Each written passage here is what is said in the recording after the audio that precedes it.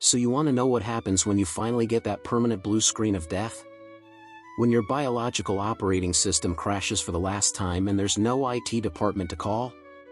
Well, buckle up, Buttercup, because we're about to dive into the Tibetan Book of the Dead, or as I like to call it, the universe's most comprehensive exit interview. You know, the Tibetans wrote this thing called the Bardo Thodol, which is basically a GPS system for your soul when it's wandering around lost after checkout time. Think of it as MapQuest for the recently deceased, except instead of getting directions to a Starbucks, you're trying to find enlightenment in a cosmic shopping mall where all the stores look the same and nobody speaks your language. The Cosmic Customer Service Representative. This whole manual was supposedly written by a guy named Padmasambhava, and let me tell you, with a name like that, you know he wasn't selling insurance. This cat was like the spiritual equivalent of a tech support guru crossed with a miracle worker. The Tibetans called him Guru Rinpoche, which means precious master, though I bet if he was around today, he'd probably be running a YouTube channel called Enlightenment Hacks. Picture this, it's the 8th century, Tibet is basically the Wild West of spirituality. You've got shamans, spirits, and enough mystical chaos to make a Grateful Dead concert look like a Sunday school picnic. The king basically calls in Padmasambhava like he's the Ghostbusters, except instead of crossing streams, he's crossing belief systems. Here's the beautiful irony, this guy comes in to spread Buddhism, but the local spirits are having none of it. It's like trying to introduce veganism at a barbecue competition. So what does our mystical maestro do?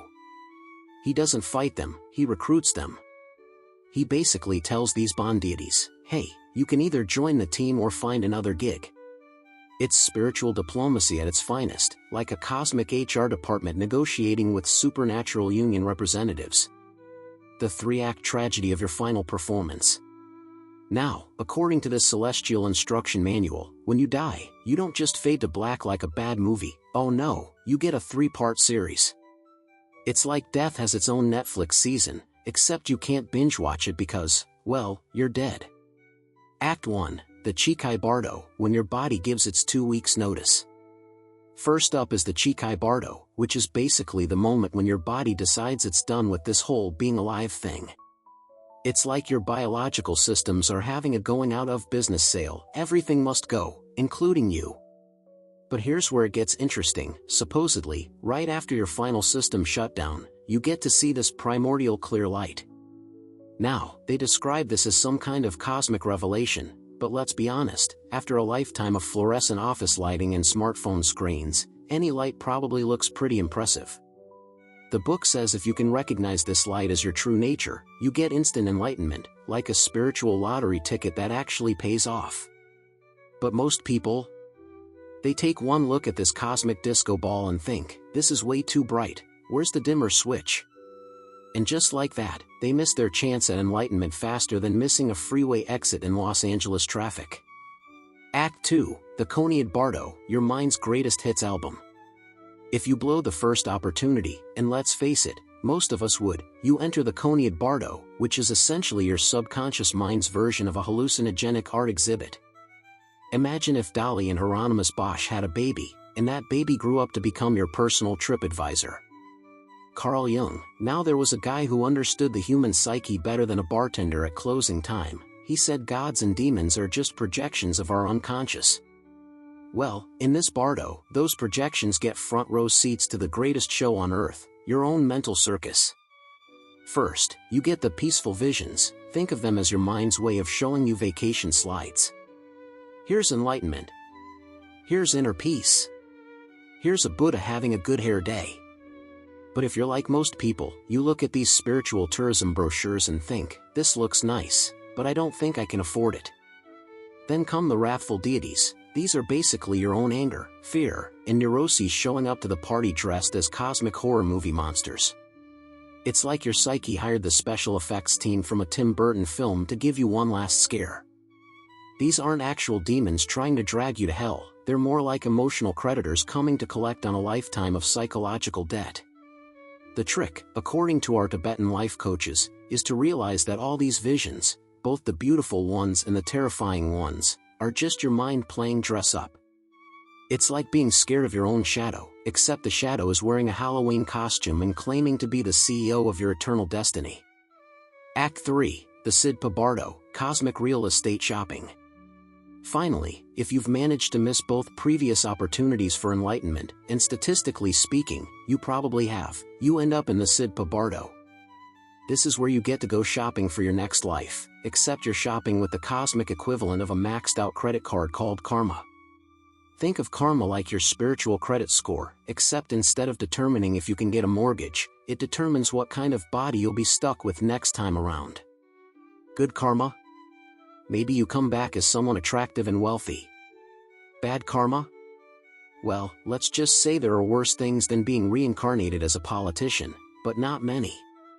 The text describes seeing couples in union as part of the rebirth process, which is basically the universe's way of showing you the casting call for your next starring role in the cosmic soap opera called existence. You're supposed to stay detached and not get drawn into the drama, but let's be realistic, it's like trying to stay calm while browsing social media. Good luck with that. The ultimate cosmic joke. Here's what I love about this whole thing. The Tibetan Book of the Dead is basically telling us that life and death are like a cosmic comedy show where we keep missing the punchline. We're so busy being afraid of dying that we forget we're already in the middle of one giant existential pratfall. The book essentially says, hey, dummy, that scary stuff you're seeing? That's just you, looking in a mirror. And that beautiful, transcendent light? That's also you. And this whole cycle of birth, death, and rebirth? Still you, just playing cosmic peekaboo with yourself. It's like the universe's ultimate practical joke. We spend our whole lives looking for meaning, purpose, and enlightenment, when the answer was literally staring back at us in the bathroom mirror the whole time. We're like someone searching everywhere for their glasses while wearing them on their head. As Ram Dass put it, and there was a guy who knew a thing or two about consciousness, when you die, there's only one question that matters: how much did you love?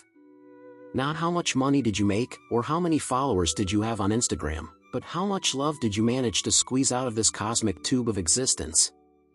The final punchline. So here's the deal, this ancient Tibetan manual isn't really about death at all. It's about life. It's about recognizing that we're already in the Bardo right now, stumbling around in our own mental projections, scared of shadows that we're casting ourselves. The real joke? We don't need to wait until we die to wake up. We could do it right now, but that would require admitting that most of what we worry about is just as illusory as those scary demons in the afterlife. And frankly, most people would rather cling to their familiar neuroses than risk finding out they might actually be okay just as they are. So the next time you're lying awake at 3 a.m., worried about death, remember this: according to the Tibetans, you're already dead, you just haven't noticed yet. And once you do notice, the whole thing becomes a lot less scary and a lot more funny. Because in the end, what's the alternative? Worry yourself to death about death? That's like being afraid of the dark while standing in a spotlight. The universe has a sense of humor, it just took the Tibetans a few thousand years to write down the setup. The punchline? You are it.